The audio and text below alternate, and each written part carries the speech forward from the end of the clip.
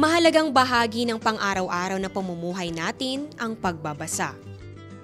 Lumalabas sa pag-aaral na 91% ng mga Pilipino ay nagbabasa upang matuto at makakalap ng impormasyon.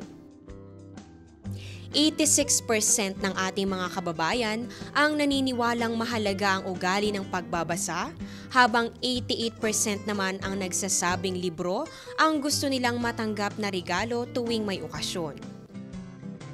Ang Biblia pa rin ang pinakapopular na aklat sa buong mundo. Ikalawa ang mga romance book at sinusundan naman ito ng mga cooking book. Maraming nagsasabi na dahil laganap na ang TV at internet kung saan madaling nakukuha ang impormasyon, kumakaunti ang mga nagbabasang Pinoy.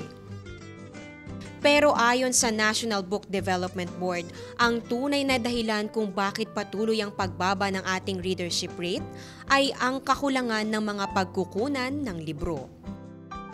Kaya naman dapat pagtuunan ng pansin ang mga programang naghihikayat ng pagbabasa dahil hindi lamang ito simpleng kasanayan, kundi mahalaga ring pundasyon ng magandang kinabukasan.